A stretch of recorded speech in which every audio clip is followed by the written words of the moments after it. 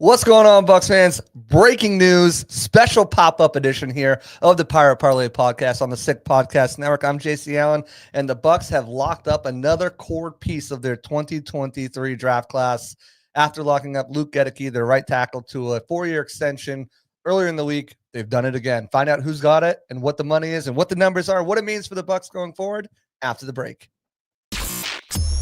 Turn up your volume.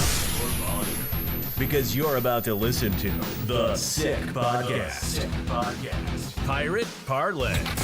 Battle intercepted, picked off in the end zone. Bucs are going to beat the Chiefs. We're the champions of the world. The sickest Tampa Bay Buccaneers podcast. It's going to be sick. And it's going to be sick indeed. If you remember the Tampa Bay Buccaneers 2023 draft class, as another one gets locked up. Welcome back to the Pirate Parlay podcast here on the Sick Podcast Network, and another cannon fire clip where we come in here and give you a quick little breakdown of what's going on in the Tampa Bay Buccaneers world this week. And it happens to be people are getting some money. The Brinks truck is backing up for some of these 2023 draft class members. Earlier in the week, Luke Goedeke got a 4-year, $90 million extension with over $50 million guaranteed. And today, just 2 days on Friday before the Buccaneers open up their season against the Atlanta Falcons, cornerback Zyon McCollum is next in line to get that payday for him. Super excited for him. He gets 3 years, $48 million with $34 million guaranteed. It's another step to locking up. What was the big three when we came into these discussions during the offseason? It was Luke Goedeke, Zyon McCollum, and Cade Otton. As it appears, Rachaad White's going to be testing the water somewhere else. And then Logan Hall is one of those kind of re-signed candidates, not necessarily an extension candidate. Same thing with Josh Hayes as well. So big news for the Buccaneers. Zyon McCollum back under contract, 3 years. He will not be a free agent after this year. The Bucs really liked him since he first came out.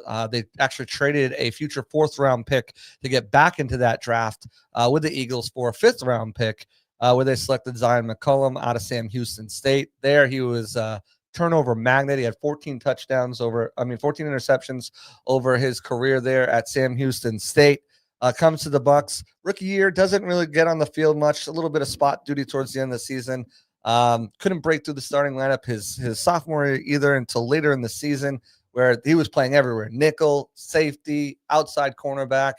Last year he settled in as a starting cornerback and had pretty good results. The beginning of the season, you could tell he was locked in, focused. Everything was going well. There was no injuries in the secondary yet, and then everything went apart. He got injured in the first game, was able to make it back in the second game, but then Antoine Winfield was out.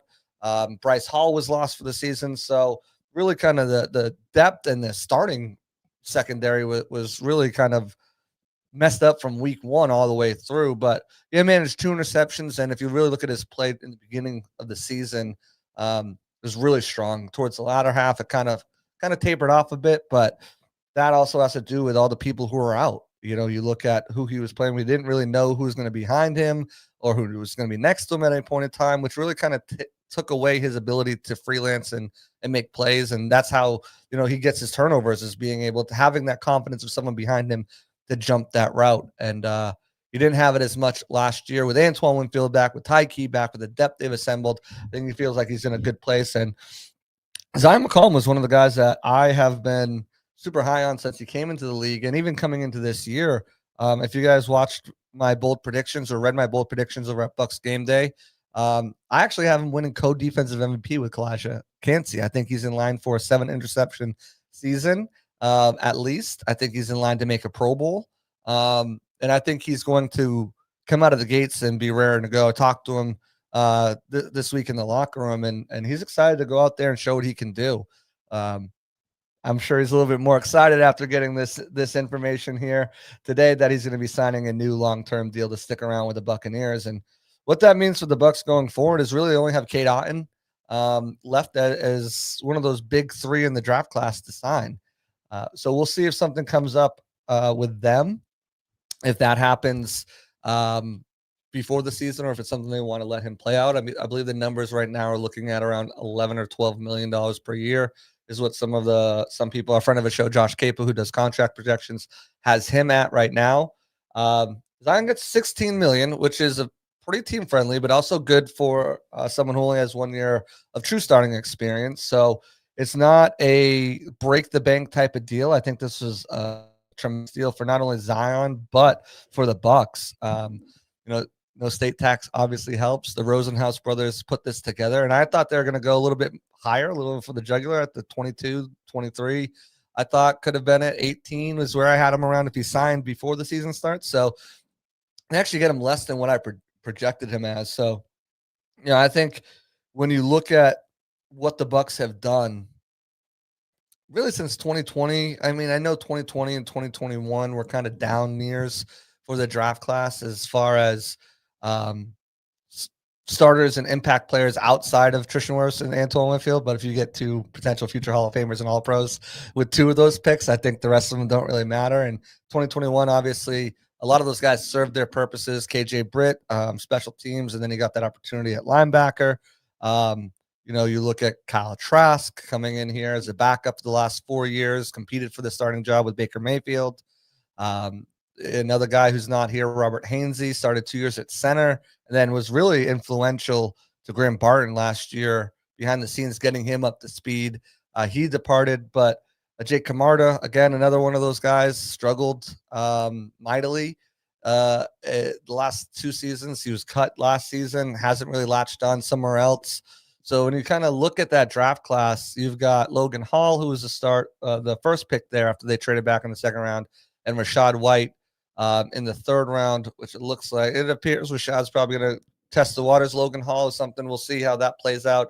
Again, I don't think it's a contract extension, and then you just keep going down the line. Luke Gedeke, obviously the second round pick there. So you keep going down the line with the draft class and see how they've done and it's a double-edged sword here, right? They've had to pay Antoine, they've had to pay Tristan, they've had to pay Luke, they've had to pay Zion. Otten is someone they might have to pay, and then Cody Moak is up next year, and some of these other guys are going to be up. Kalijah Cansey, Yaya Diaby, Servassier Dennis, Josh Hayes, Payne Durham, like all those O'Keefe, all those guys will be up next year. So it's a double-edged sword of being a tremendous organization at drafting players, getting the right guys in here and having them show out and ball out. Is that you got to pay them. But when you can get deals like this done with Zion for just 16 million through the 2028 season, only 35.4 guaranteed, which is pretty much half of it, a little more than half of his, a little more than 2 years salary guaranteed. It's a great deal. It's a great deal for him. It's a great deal for the Bucs. I'm excited to see what he can do going forward. As I said, I've got high hopes for him this year. I think he can get to that 6, 7, 8 interception range, being able to play a little bit more free, faster, fluid, knowing that he's got guys like Hassan Reddick, a huge addition that I don't think people talk about enough when they talk about the secondary, is the pressure he's going to be putting. The ball's going to have to come out quicker. Sometimes errant throws can come with that. Sometimes not on target throws when you feel something coming, that pressure coming on. And those are all opportunities for him to go out there and make plays. So super excited for the season that he can have. And again, it's just a great deal for both the Buccaneers and Zyon McCollum.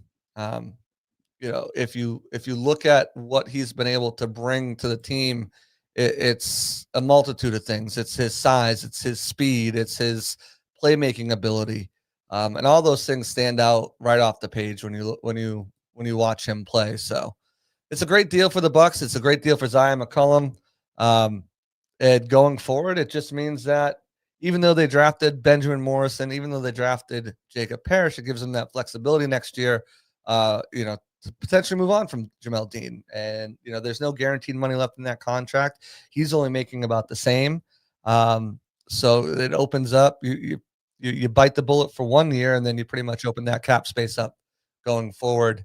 And Benjamin Morrison, maybe he takes over as a starting cornerback out there. You have a really young, talented group with Benjamin Morrison, Jacob Parrish, Antoine Winfield Jr., Tyke Smith, and Zyon McCollum.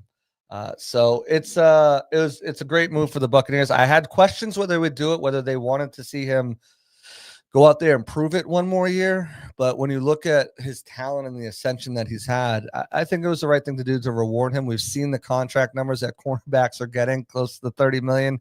And if he goes out there and has a season that I think he's capable of having, then that price tag would have jumped tremendously. So Bucs get in early and they get a great deal that benefits the player and benefits the team. $16 million over 3 years is not a lot of money compared to what some of these cornerbacks are making. And I think Zyon truly can be in the upper echelon of those cornerbacks. Will he be, up there with Derek Stingley and Sauce Gardner? No, but that tier below, I think he's certainly capable of being there, with guys like Trevon Diggs and Trent McDuffie, although he's more of a nickel cornerback. It's just the first guy that came to my mind. But in that group, I think he can be there, a true number one corner.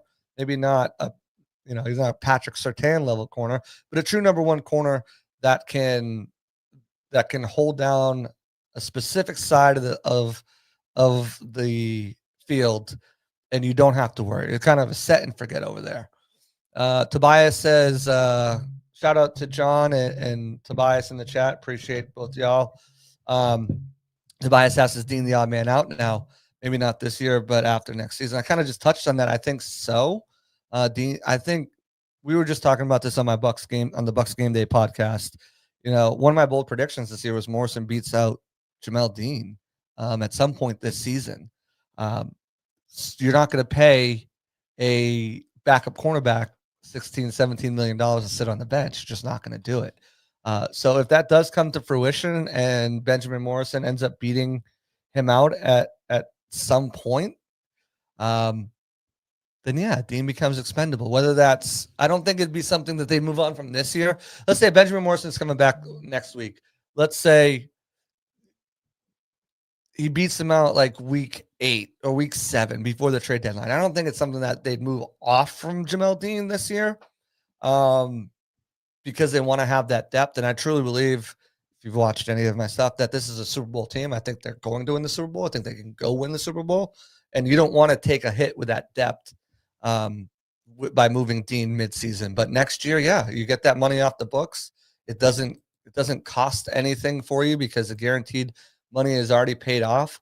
The Buccaneers next year, their cap space, we'll have to see how this deal works itself into it. But they've got tons of cap space next year. And again, deals for Mike Evans, deals for Baker Mayfield, if Levante David come back, all that, and their cap space is not updated currently with the Zyon McCollum deal, but they're standing at over $40 million in cap space, $31 million in effective cap space, and that's what the cap projected to be at $295, which would be almost a $20 million jump from next year. Over the cap has been pretty on point with their cap jumps there. So again, you're talking about $30 million in cap space. Yeah, there's plenty of people. There's a kicker.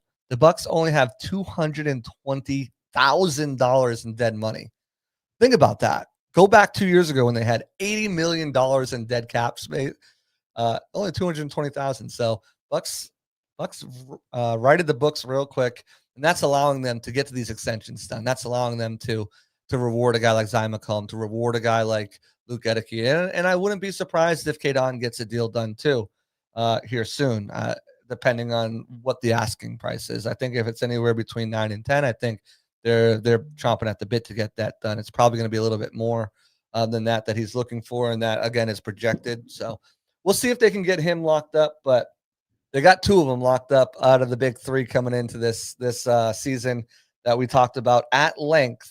And that's Zyon McCollum now reaching a 3-year, $48 million contract with $34 million guaranteed. So congratulations to him.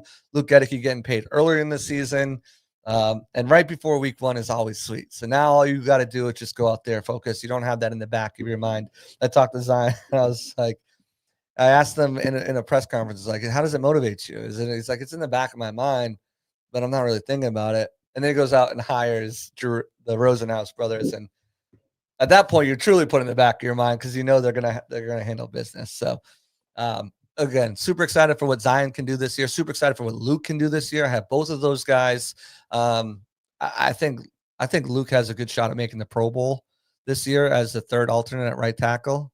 Penny Sewell, Lane Johnson going to be hard to beat out, but I think he's right there. I really do. I think Gedeke is probably the third between 3 and 5 best right tackles in the league overall too. There's probably better pass protectors or better run protectors, but as an overall, I think he's right there in that top 5 echelon. Same thing with Cody Moak, who's going to be up for an extension next year. And I think Zyon McCollum will make his presence felt and move his way up the list this year, where people look at him and say, okay, this guy's legit. And now that he's got that contract out of the way, all he's got to do is go out there, play free, fast, and have fun. And I think that's going to turn into a bunch of picks for him. And like I said, a Pro Bowl nod. So congratulations to Zyon McCollum on signing his deal. That's going to do it. We're in and out here today with a quick little podcast breaking this down. We're actually about to go live, record my keys to Cannon Fire for Cannon Fire clips for tomorrow. And then this news broke. So I said, you know what? Let's go live to the masses.